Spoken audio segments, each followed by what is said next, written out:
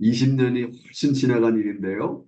과거 제가 섬기던 교회에 김땡땡 형제가 전도대에 왔다가 예수님을 영접하고 10개월 정도 신앙생활을 한 후에 한국으로 돌아갔습니다. 그런데 어느 날 그 형제가 당시 섬기던 교회 홈페이지 게시판에 한 글을 올렸습니다.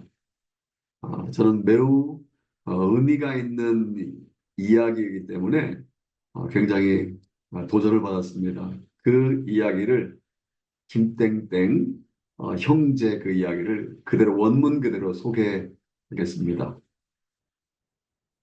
이 이야기는 지하철에서 본 너무나도 황당한 아저씨 이야기입니다. 물론 실화이지요. 집에 가려고 지하철 1호선을 탔습니다. 인천행 이어서 자리가 많더군요. 자리에 앉아 있는데 땡땡쯤에서 어떤 아저씨가 가방을 들고 탔습니다. 왠지 분위기가 심상치 않더군요. 아저씨는 헛기침을 몇 번 하더니 손잡이를 양손에 쥐고 가방을 내려놓고는 이야기를 하기 시작했는데 이제부터 그 아저씨가 한 말 그대로 씁니다. 자, 여러분 안녕하십니까?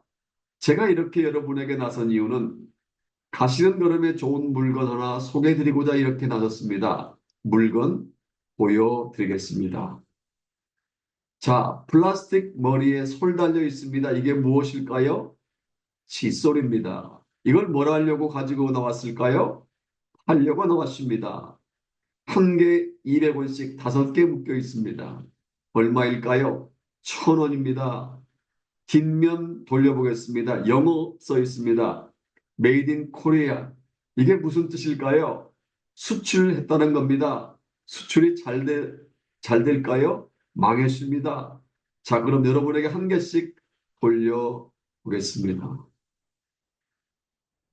그리고 나서 아저씨는 칫솔을 사람들에게 돌리더군요. 사람들은 너무 황당해서 웃지도 않더군요. 그런데 칫솔을 다 돌리고 나서 아저씨는 다시 말을 했습니다. 자, 여러분, 여기서 제가 몇 개나 팔 수 있을까요? 여러분도 궁금하시죠? 저도 궁금합니다. 잠시 후에 알려드리겠습니다. 그래서 저는 칫솔이 과연 몇 개나 팔렸을까 궁금했습니다. 결국 칫솔은 4개 팔렸고 아저씨는 또 말을 했습니다. 자, 여러분, 칫솔 4개 팔았습니다. 얼마 벌었을까요? 팔아 4,000원 벌었습니다. 제가 실망했을까요? 예, 실망했습니다. 그렇다고 제가 여기서 포기하겠습니까? 다음 칸 갑니다. 하면서 아저씨는 가방을 들고 유유히 다음 칸으로 가더군요. 남아있는 사람들은 거의 뒤집어졌습니다. 그 희망을 우리는 잃지 말아야겠습니다. 다음 칸이 있으니까요.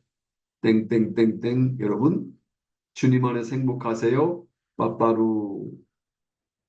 전 지하철에서 칫솔 받은 그 이야기 아저씨 이야기 읽으면서 참 큰 도전을 받았습니다. 읽으면 읽을수록 깨달아지는 것이 있었습니다. 그래서 아예 제 컴퓨터에 저장하여 생각날 때마다 그 이야기를 읽고 있습니다.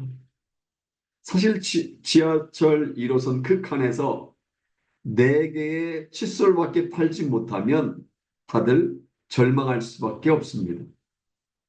최선을 다해 온갖 입에 발린 말로 설명하며 구애했지만 겨우 4,000원밖에 벌지 못하면 누구나 실망하고 포기할 수밖에 없습니다. 그럼에도 불구하고 그 아저씨는 포기하지 않았던 것입니다. 왜요? 왜 그렇습니까? 다음 칸이 있었기 때문입니다. 다음 칸에 가서 칫솔을 다시 팔 수 있다는 소망이 있었기 때문입니다. 이처럼 소망은요, 사람을 살만나게 만듭니다. 소망은 좌절을 딛고 다시 일어설 수 있는 힘을 우리에게 공급해 줍니다. 낙심과 절망은 사람을 죽이는 데 반해 꿈과 소망은 낙심과 절망에 빠진 사람을 다시 살려내는 힘이 있는 것입니다. 그런데 우리가 알아야 할 것이 하나 있습니다.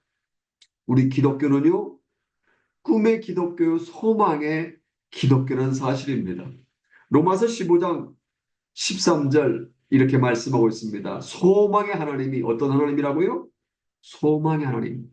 절망의 하나님, 낙심의 하나님이 아니라 소망의 하나님이 모든 기쁨과 평강을 믿음 안에서 너에게 충만하게 하사 성령의 능력으로 소망이 넘치게 하시기를 원하노라. 이 말씀에서 우리가 눈여겨볼 단어가 있습니다. 영어 성에 보면 fill, F-I-L-L, fill이란 단어와 overflow란 단어입니다. 가득하게 넘칠 정도로 부어주신다는 것입니다. 무엇을 넘칠 정도로 부어주신다고 합니까? 기쁨과 평강을 넘치게 부어주신 줄로 믿습니다. 소망의 하나님께서 우리가 당신을 신뢰할 때 우리에게 기쁨과 평강을 주시되 조금 주시지 않고 충만하게 채워주신 줄로 믿습니다. 우리 주님은요, 누가 뭐래도 소망의 주님이십니다. 우리가 당신을 신뢰하면 신뢰할수록 우리에게 기쁨과 평강을 주시고 누가 뭐래도 어떠한 사람도 포기하지 않으시고 소망을 주십니다. 믿으십니까? 오늘 본문에도 보면 포기 않으시고 소망을 주시는 회복시켜 주시는 주님을 발견할 수 있습니다. 다른 말로 말하면 소망의 주님을 만난 후 절망의 자리를 박차고 일어난 사람 이야기가 오늘 본문의 이야기입니다. 오늘 본문은 우리가 잘 알고 있는 이야기입니다. 저는 오늘 본문을 가지고 절망의 자리에서 일어난 사람, 절망의 자리에서 일어난 사람이라는 제목으로 함께 은혜를 나눌까 합니다. 오늘 본문을 제대로 이해하려면 예루살렘 당시의 성의 구조를 조금 알아야 됩니다. 당시 예루살렘 성에는요, 2개의 망대가 있었고 7개의 문이 있었습니다. 그러니까 예를 들어 한양 같으면 뭐 동서남북 뭐 4대 문이 있었다고 치겠습니다. 그런데 예루살렘 성은 7개 문이 있었습니다. 근데 본문은 그 7개 문 중에 양문이란 근처에서 벌어진 이야기입니다. 이스라엘 백성들은요, 하나님께 제사를 드리기 위해서 제물을 준비하는데 제물은 양들을 보통 준비합니다. 그 양들을 몰고 예루살렘 성으로 들어왔는데 그 바로 그 성문이 슈게이트, 다시 말하면 양문입니다. 이 양문 곁에, 양문 근처에 베데스다는 연못이 있었습니다. 저희들이 이스라엘 성지순례와 이집트 선교 때 가보니까 사실 올드시티라는 예루살렘 옛날 도시는 굉장히 크지 않습니다. 작습니다. 추측컨대 이 양문 곁에 있는 베데스다 연못도 그리 크지 않았을 것입니다. 이 베데스다란 말은요, 집이라는 의미의 베트와 은혜라는 의미의 헤세드의 합성어입니다. 그러니까 베데스다라는 말은, 히브리어로 베데스다라는 말은 은혜의 집 혹은 자비의 집이라는 의미를 가지고 있습니다. 그런데 오래전부터 이 베데스다 연못에 관한 한 가지 전설이 계속 내려오고 있었습니다. 연못물이 솟아오를 때, 연못물이 동할 때 제일 먼저 뛰어들어가는 사람은 어떤 질병이든지 그 질병이 낫는다는 것입니다. 이것이 사실이었는지 아니면 뜬 소문인지 알지 못하지만 오랫동안 이런 소문이 내려온 것을 보면 각종 환자들이 고침을 받았던 것 같습니다. 그래서 각종 환자들이 자신들의 질병을 고치려고 이 연못 주위에 몰려온 것 같습니다. 그리고 이 연못이 움직이기만, 연못물이 솟아오르기만을 기다리고 있었던 것 같습니다. 처음 이 말씀을 읽었을 때 저는 도무지 이해가 되지 않았습니다. 듀바이 분수쇼처럼 아니면 한강 분수쇼처럼 전기 모터를 돌려서 그 힘으로 물을 하늘로 세게 솟아올리면 모를까? 어떻게 물이 자연적으로 높이 솟아오를 수 있을까? 라는 생각이 들었습니다. 그런데 제가 30년 전 뉴질랜드 북섬에 있는 로토루아라는 곳에 가서 이 말씀이 비로소 이해가 되었습니다. 아마 로토루아를 가보신 분들은 아시겠지만 그것은 온천으로 유명한 조그마한 소도시입니다. 관광객들은 대부분 시내 근처에는 왁가레와라는 곳에 방문합니다. 그것은 유황온천 유명해서 근처에 가면 계란 썩는 냄새가 진동을 하고요. 근처 호텔이나 모텔에서 손쉽게 온천욕을 즐길 수가 있습니다. 그만큼 온천수가 풍부합니다. 제가 처음 그곳에 방문했을 때 거액의 돈을 지불하고 이 왁가레와라는 따로 설정된 관광지를 입장했습니다. 그런데도 물줄기가 보이지 않았습니다. 브로셔에는 팜플렛에는 물줄기가 하늘 높이 솟아오르는 사진도 나오는데 아무리 기다려도 수증기만 여기저기 뚫려있는 구멍에서 솟아오를 뿐 커다란 물줄기는 솟아오르지 않아서 스케줄상 그냥 그곳을 나오고 말았습니다. 그러다가 몇 개월 후 다시 두 번째 갔을 때 비로소 20m 높이까지 물줄기가 솟아오는 걸 보았습니다. 가만히 있던 땅인데 갑자기 분수처럼 뜨거운 물줄기가 하늘로 20m 높이로 솟아오는 것이었습니다. 얼마나 멋진 장관을 이루는지 모릅니다. 본문에 나오는 이 베데스다 연못이 아마도 추측컨대 이것과 비슷한 것 같습니다.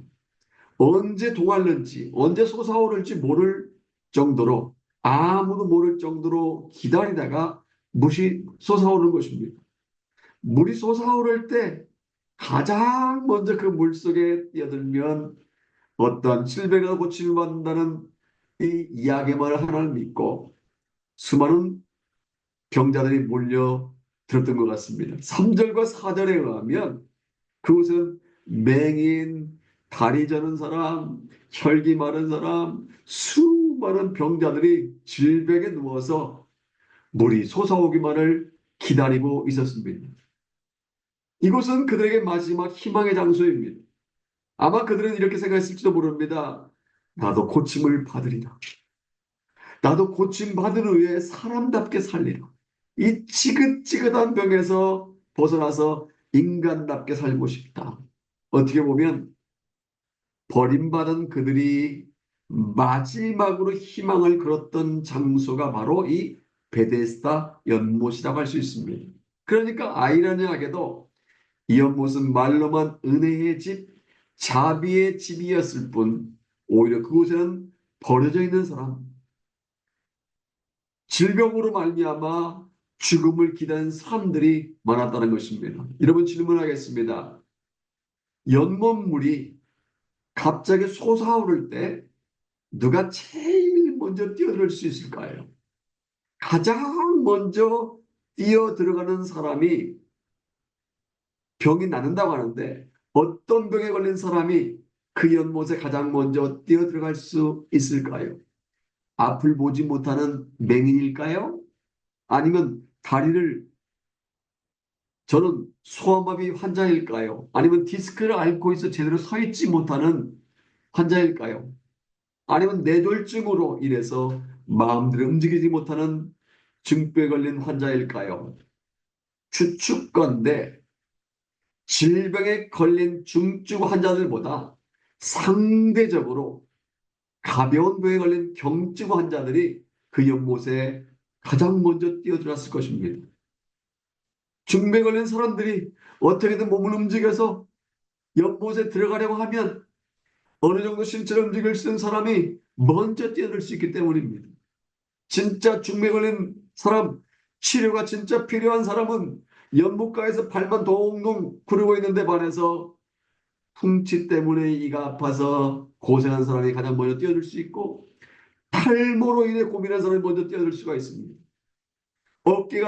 가볍게 어깨가 결리는 사람이 가장 먼저 뛰어들어갈 수가 있습니다. 그러니까 반드시 치료가 필요한 사람이 그곳에 들어가지 못하는 데 반해서 가벼운 경증 환자가 먼저 들어가서 고치를 받는 장소가 바로 이 베데스다 연못이었다는 것입니다.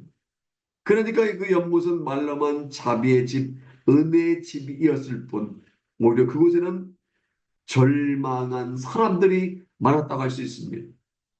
이름만 자비의 집이었을 뿐, 은혜의 집이었을 뿐, 오히려 모든 것을 포기한 채 근근히 목숨만 부지한 사람들만 있었다고 할 수 있습니다. 어느 날 은혜와 자비가 풍성하신 주님께서 베데스다 연못에 찾아오셨습니다. 그리고 누워있는 한 사람을 발견하셨습니다. 그 사람은 보통 환자와 달리 매우 심각한 경증 환자였습니다. 다 같이 심각한 중증 환자였습니다. 같이 5절 말씀 볼까요? 같이 읽겠습니다. 시작. 거기 38해 된 병자가 있더라. 여기서 중요한 단어가 38해, 즉 38년이라는 단어입니다.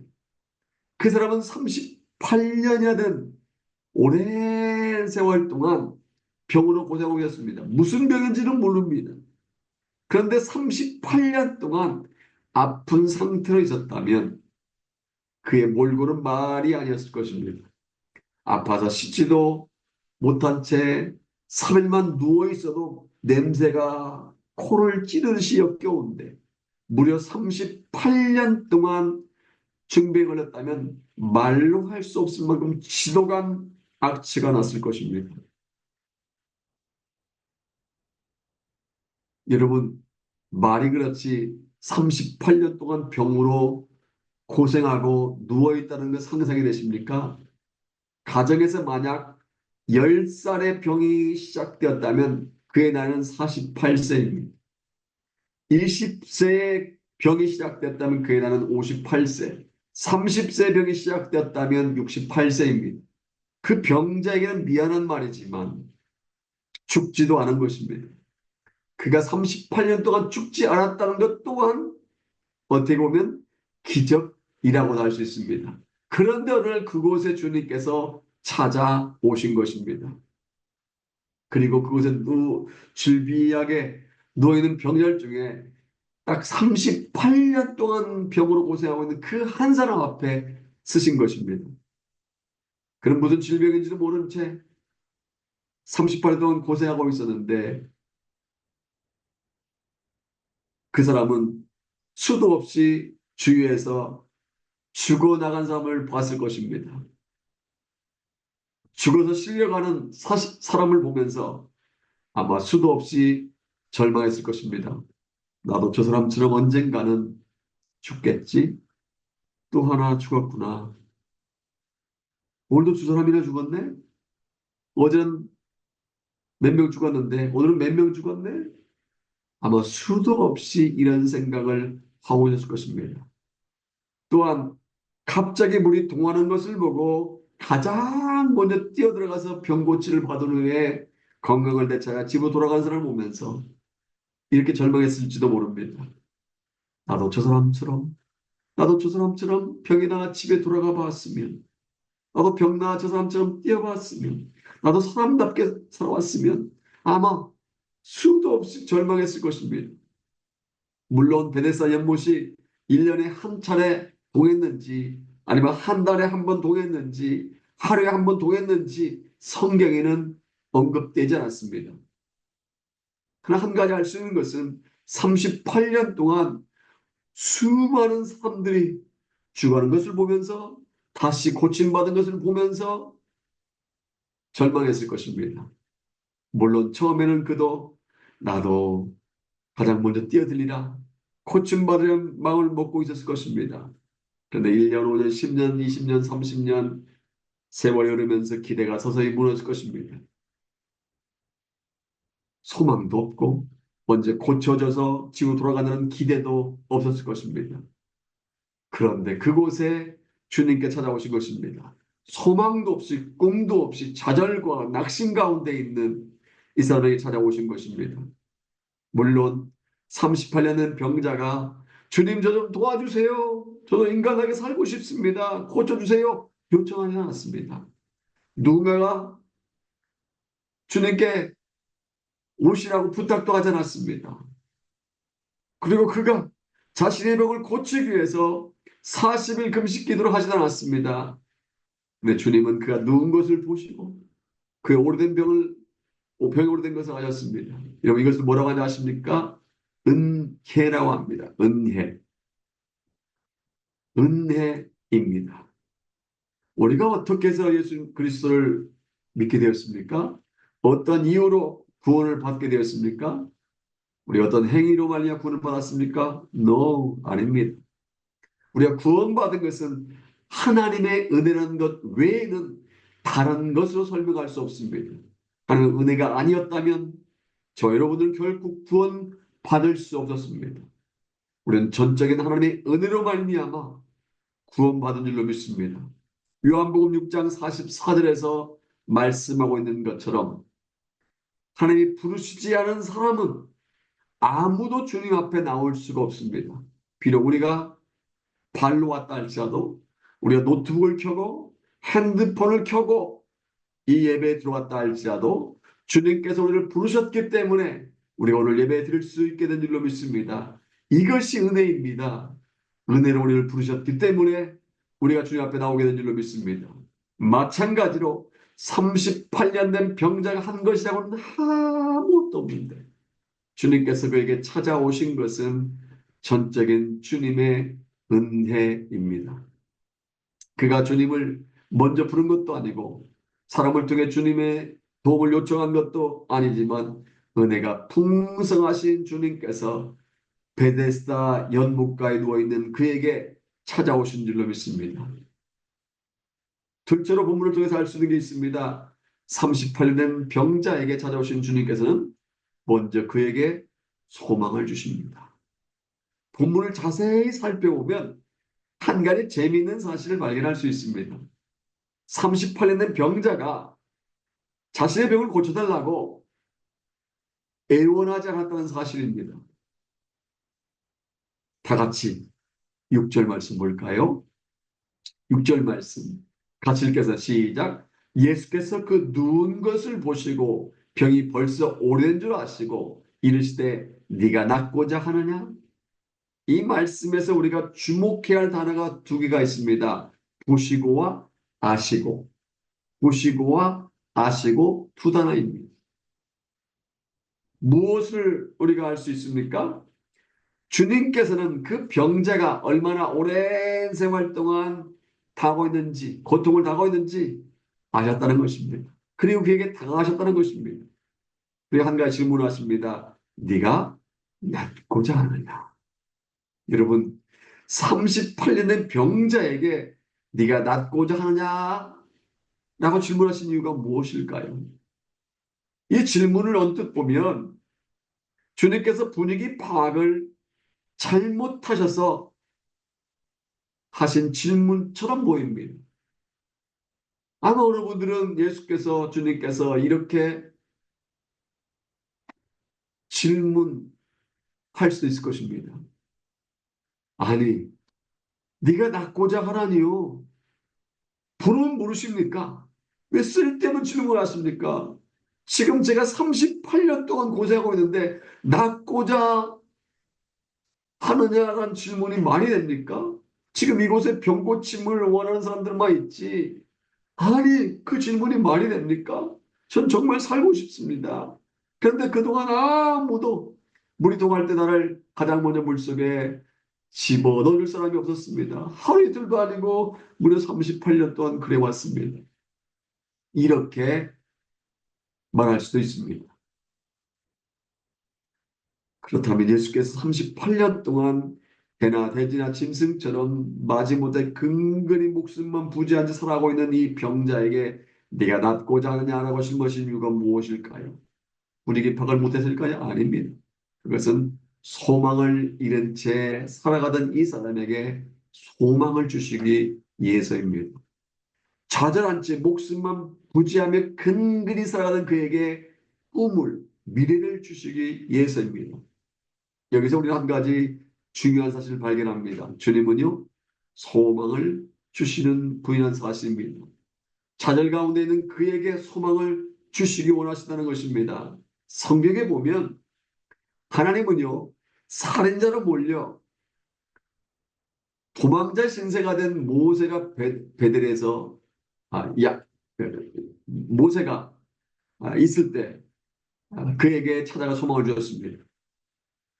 또한 형을 피해서 도망하고 있는 야곱에게 돌베개를 베고 자고 있을 때 주님께서 그에게 소망의 말씀 주셨습니다.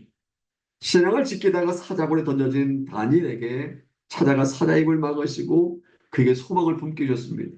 예수님은 가나바다 현장에서 붙잡힌 돌에 맞아 죽을 위기에 처한 여자에게 용서해 주시고 소망을 품게 주셨습니다.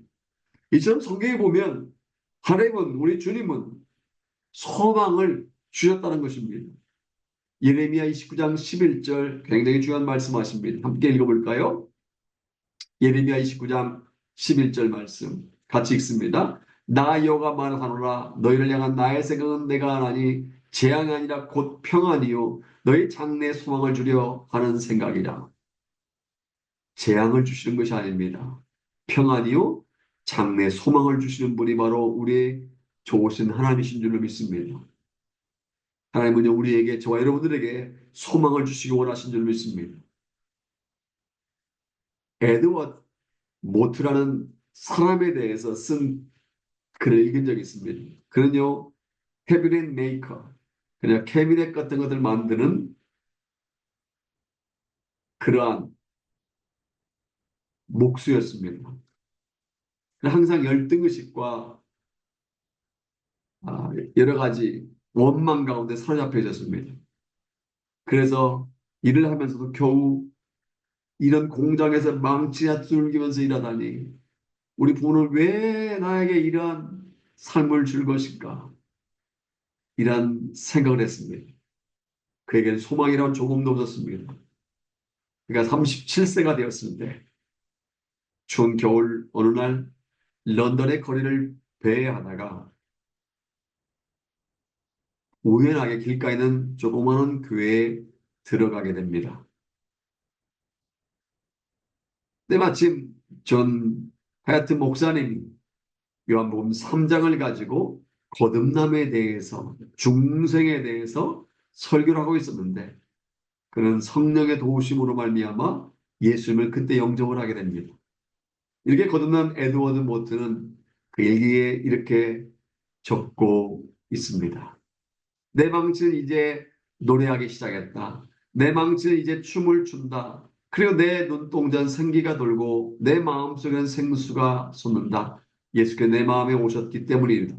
나는 거듭났다. 그 이후 그는 행복한 목수가 되었다고 합니다. 그의 삶은 점점 풍요로워졌다고 합니다. 자기가 고용돼 일하던 목공소가 그의 소유가 되었고 경영하던 목공소는 점점 확장이 되었다고 합니다. 결국 그는 성공적인 사업가가 된 것입니다. 그가 55세가 되는 어느 날 자기를 거듭나게 하신 주님의 은혜가 너무 놀라워서 사실 전 재산을 팔아 그 돈으로 런던의 언덕에 침례교 하나를 짓게 됩니다. 그리고 목수의 길을 그만두고 신학교를 가서 신학을 공부한 후에 목사 안수를 받고 복음을 전하기 시작합니다. 그가 복음을 증가하기 시작한 첫날 과거 37세였을 때 아무 소망 없이 살아가던 자기를 거듭나게 해주신 주님의 첫사랑을 기억하면서 감사의 시를 씁니다. 그 시가 우리에게 널리 불려지고 있는 찬송가 488장입니다. 이 몸의 소망 무언가 우리 주 예수 뿐일세 우리 주 예수밖에는 믿으리 아주 없도다. 주 나의 반석이시니 그 위에 내가 서리라. 그 위에 내가 서리라. 사람들은요 저마다 소망을 두는 대상이 있습니다. 어떤 사람은 재물의 소망을 두고 어떤 사람은 유력한 사람의 소망을 두고 어떤 사람은 자식의 소망을 두는 경우도 있습니다. 그러나 그 재물이나 건강이나 자녀도 세월이 지남에 따라 줄어들 수 있고 사라질 수 있고 변할 수가 있습니다. 그런 것들은 여건과 상황에 따라서 변하기 때문에 우리의 진정한 소망의 대상이 되지 못합니다. 그런데요, 영원 불변하시며 전능하시고 약속하신 것은 반드시 이루시는 신실하신 하나님께 소망을 두할 줄로 믿습니다. 소망을 주시는 하나님을 자기의 도움으로 삼는 것이 축복된 삶의 비결인 줄로 믿습니다. 오늘 본문을 통해서 세 번째 교훈을 발견할 수 있습니다. 주님은 좌절과 낭만 가운데 있는 낙심 가운데 있는 사람을 일으켜 주신다는 것입니다. 주님은 고난당한 사람 곁에 와서 단순히 말로만 위로해 주시는 분이 아니십니다. 단순히 소망만 주시는 분이 아니십니다. 주님은 그 사람을 다시 일으켜 주시는 분이십니다. 앞서 이미 살펴본 것처럼 38년 동안 병으로 고생하던 이 사람 앞에 주님이 오셨습니다. 그리고 한 가지 질문하셨습니다. 다시 한번 6절 읽어볼까요? 같이 읽겠습니다. 예수께서 그 누운 것을 보시고 병이 오래된 줄 아시고 이르시되 네가 낫고자 하느냐? Do you want to get well? Do you want to get well? 만약 여러분들이 38년 된 병자가 있다면 어떤 생각이 들까요? 앞서 말씀드린 것처럼 아니 그 질문이 말이 됩니까? 지금 이거 낫고 싶은 사람만 있지 아니 하루 이틀도 아니고 이렇게 발버둥을 쳤는데 그 질문을 왜 하십니까? 라는 말이 떠오르지 않겠습니까? 네가 낫고자 하느냐 그러면 yes 아니면 no입니다. 예 그렇지 않으면 아니요 두 가지 중에 하나면 됩니다. 그런데 38년 동안 개나 돼지처럼 극에 살아가던 이 사람의 주님께 이렇게 말합니다. 주여 물이 움직일 때 나를 못에 넣어줄 사람이 없어 내가 가는 동안에 다른 사람이 먼저 내려갑니다. 그때 주님 뭐라고 말씀하십니까? 야, 넌 너를 도와줄 사람도 없니? 이렇게 말씀하셨을까요? 아니면 나도 너를 어떻게 해줄 수 없어. 미안하다 이렇게 말씀했을까요? 아닙니다. 8절에 보면 매우 중요한 말씀이 기록되어 있습니다. 다 같이 8절 말씀 보겠습니다. 시작. 예수께서 이르시되 일어나 네 자리를 들고 걸어가라 하시니 절망한 베데스다 연못가에 놓이는 그를 외면하지 않으셨습니다. 아무래도 고치지 못했던 그의 절망을 아셨습니다. 그래서 일어나 네 자리를 들고 가라고 말씀했습니다. 다시 말하면 고치고 나서 일어나라 하신 것이 아니라 먼저 일어나라. 그리고 네가 그동안에 누워있던 그 매트, 깔고 있던 그 매트, 냄새난 매트 들고 가라 말씀했습니다. 상식적으로 이해가 되지 않는 말씀입니다. 나야 일어날 거 아닙니까? 고침 받아야 걸어갈 거 아닙니까? 그런데 먼저 일어나라. 그리고 네 매트를 들고 가라 말씀하신 것입니다. 그런데요, 상식적으로 이해가 되는 말씀이지만 과학적으로, 의학적으로 맞지 않은 말씀이지만 이 병자는 그 말씀을 믿음으로 받아들였다는 것입니다. 9절에서 언급되어 있습니다. 그 사람이 곧 나아서 자리를 들고 걸어가니라. 상황이 8절과 9절 사이에 아무것도 없습니다. 그냥 일어나 네 자리를 들고 걸어가라 했을 때 그냥 즉시 일어났습니다. 그리고 걸어갔습니다. 누더기 같은 그 매트를 들고 일어난 것입니다. 그가 누더기 같은 매트를 들고 일어났다는 것은 절망의 자리에서 일어났다는 것을 의미합니다. 낙심한 채 포기한 채 누더기 같은 매트를 들고 일어났다는 것입니다. 포기한 살아가던 그것들 다 버리고 새로운 소망을 품고 일어났다는 것입니다. 우리 본문을 통해서 깨달을 수 있는 교훈이 있습니다. 주님은 소망을 주시고 일으켜 주시는 분이라는 것입니다. 세상에 다 포기했던 병자를 포기하지 않으시고 주님은 이렇게 세우신 것입니다. 그렇습니다. 주님은 어느 누구도 포기하지 않으신 줄 믿습니다.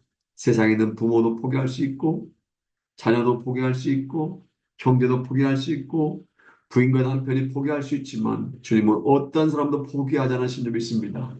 그리고 일으켜 세워주신 줄 믿습니다. 사랑하는 어머니 여러분, 이제 한 가지 예언을 소개하고 말씀드리겠습니다. 제가 전에 몇 번 소개한 적이 있기 때문에 이 사람의 이름을 많이 기억하실 것입니다. 나치 독일 수용소에 갇혀있던 빅터 프랭클이라는 사람의 이야기입니다.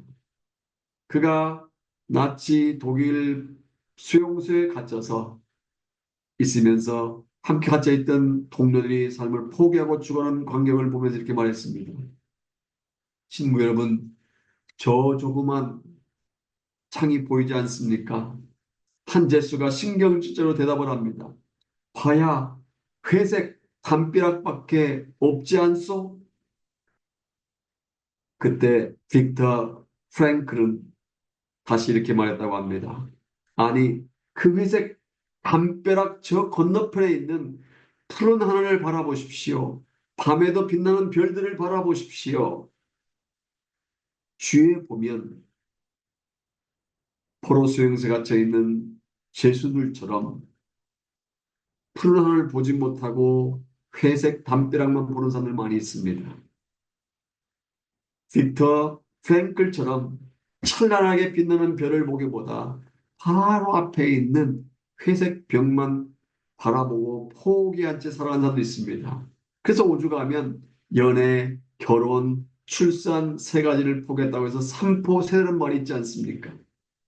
이 삼포 세대에다가 연애, 결혼, 출산에다가 플러스 인간관계, 내 집을 집어넣어서 오포 세대라고 합니다. 거기다가 또 희망과 꿈을 더해서 칠포 세대라는 말도 나와 있습니다. 거기다가 더 많은 것들 포기해서 다포 세대라는 말도 있습니다. 젊은이들이 이렇게 포기한 이유가 나름대로 있을 것입니다. 개인적인 문제도 있을 것이고 사회적인 구조의 원인도 있을 것입니다. 아무든지 희망을 노래해야 할 젊은이들이 일어나 달려갈 젊은이들이 절망의 벽 앞에 서 있고 앞으로 나가지 못하고 낙심한 채 주저있는 청년들이 많습니다. 누가 이들 절망의 벽으로 몰아세웠는지 누가 책임을 져야하는지 저는 잘 알지 못합니다. 그런데 한 가지 알 수 있는 것은 하나님께서는 포기라는 말을 사용하지 않습니다. 하나님의 사전에는 포기한 단어가 없다는 것입니다. 우리 하나님은 결코 어느 누구도 포기하지 않으십니다. 부모는 포기할 수 있어도, 친구는 포기할 수 있어도, 세상은 나를 포기할 수 있어도 우리 하나님은 저와 여러분들을 포기하지 않으신 줄 믿습니다. 38년 된 병자 같은 사람도 포기하지 않으신 주님께서는 저 여러분도 포기하지 않으십니다. 그리고 힘들고 어렵고 낙심되는 일이 몰려올 때 38년 동안 절망의 자리에 누워있던 병자를 이렇게 세우신 주님을 기억하시기 바랍니다. 앞에 있는 문제들로 인해 포기하고 싶어질 때, 앞에 있는 절망의 산이 나에게 몰려올 때 우리를 포기하지 않으신 주님을 믿음으로 바라보는 저와 여러분들 되시기를 주님의 이름으로 축복합니다.